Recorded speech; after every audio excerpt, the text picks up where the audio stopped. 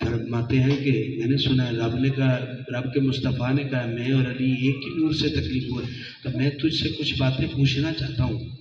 تو پاک علی سلونی کا دعویٰ کرنے والے تھے، وہ کہ جن کے بارے میں مصطفیٰ کریم نے فرمایا قال قال رسول اللہ صلی اللہ علیہ وآلہ وسلم انا مدینۃ العلم وعلی بابها، او کما قال نبی صلی اللہ علیہ وآلہ وسلم میں علم کا شہر ہوں، علی اس کا دروازہ ہے۔ علی تو دوسرے سوالوں پر نہیں گھبراتا۔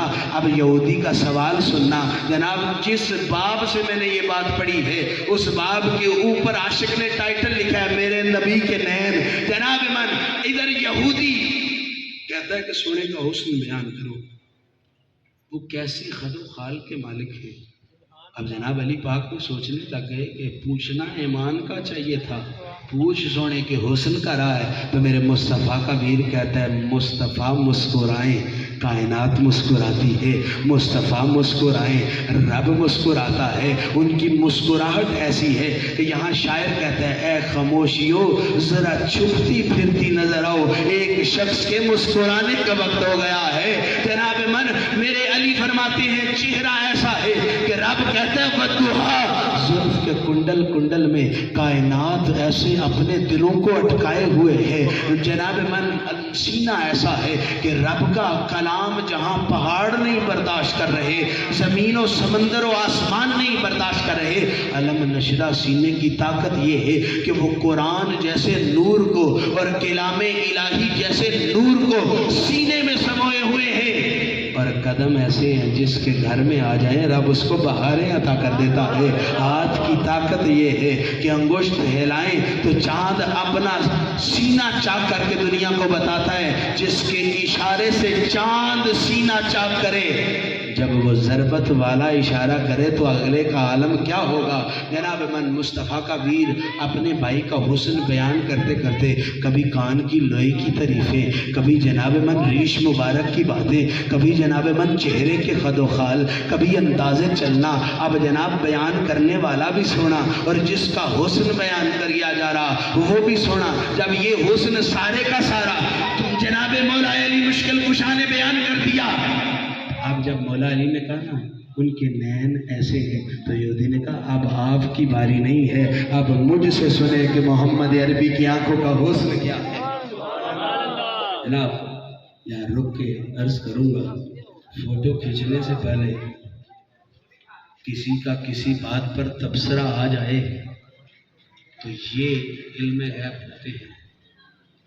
علم غیب یہ ہے کہ میں گھر سے ابھی چلوں اور میں کہوں کہ حافظ آباد میں جو بجلی محلے میں معصومی برادران نے جو محفل کرائی ہے نا، اس میں اصغر علی چشتی صاحب نے بڑی سونی نعت پڑھی ہے، تو 2 گھنٹے پہلے مجھے کوئی بندہ جھنجھوڑ کے کہے گا شاہ یہ کیا ہو گیا ہے، ابھی تو آپ محفل میں گئے نہیں، ابھی انہوں نے نعت پڑھی نہیں، جب پڑھیں گے پھر تعریف کرنا، جب بولیں گے پھر کہنا، ابھی تو آپ 2 گھنٹے پہلے جا رہے ہیں۔ تو جناب من یہودی نے تو مصطفیٰ کو دیکھا نہیں تھا، لیکن کہتا ہے اے علی بتا تو صحیح کیا مصطفیٰ کے نینوں میں ایک سرخ داری موجود ہے کہ اس کی تازگی جیسی کسی کی تازگی نہیں؟ تو علی نے کہا صدقتا، ہاں وہ داری موجود ہے، سرما مصطفیٰ لگائے یا نہ لگائے اس داری کی نزاکت کا عالم یہ ہے، جب سونا مصطفیٰ اپنے چہرے پر زمانے کو دکھاتا ہے تو لوگ کہتے ہیں چاند میں بھی سورج میں بھی اتنی سرخی نہیں ہے جتنی سرخی مصطفیٰ کے نینوں کی دھاری کی ہے۔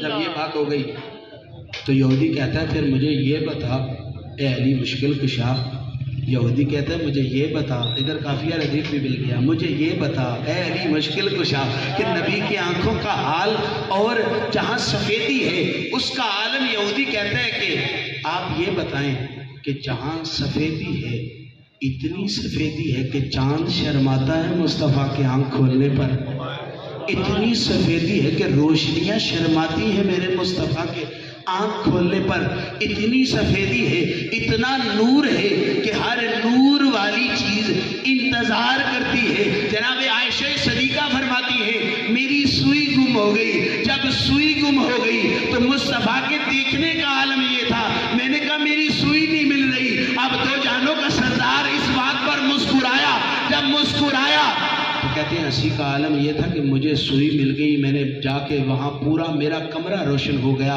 تو جناب عائشہ صدیقہ فرماتی ہیں میرے مصطفیٰ کی آنکھوں کا عالم یہ تھا، ان کو روشنی اور تاریکی سے کوئی مطلب نہیں تھا، تاریکی ہوتی تھی پھر بھی مصطفیٰ دیکھ لیا کرتے تھے۔ وہ جن کی نظر کا یہ عالم ہے کہ ان کے وصف سمجھ کر 1400 صدیوں بعد آج کوئی ولی کے دل میں محمد سما جائے تو ادھر بیٹھ کے حوض کوثر کا حال بیان کر لے تو اس کو فیض نہیں کہتے تو کیا کہتے ہیں؟ جناب من مولا علی مشکل کشا نے کہا صدق تھا، تو صحیح کہتا ہے، ان کی آنکھوں کا جو سفید حصہ بڑا روشن ہے۔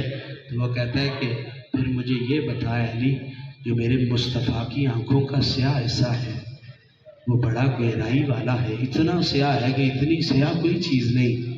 تو ہاں مولا علی کہتے ہیں ان کی آنکھیں اتنی گہری ہیں کہ جو اس میں ڈوب جاتا ہے اس کا نہ تیرنے کو دل کرتا ہے نہ کنارے پہ لگنے کو دل کرتا ہے۔ وہ کہتے ہیں سی اکھ چ پیڑ دیا دی ہاں سن لطف شرابچ نہیں ملتا، ایک اکھ 1.25 لاکھ دی بلیا سارا یار تولا تے کی بنسی۔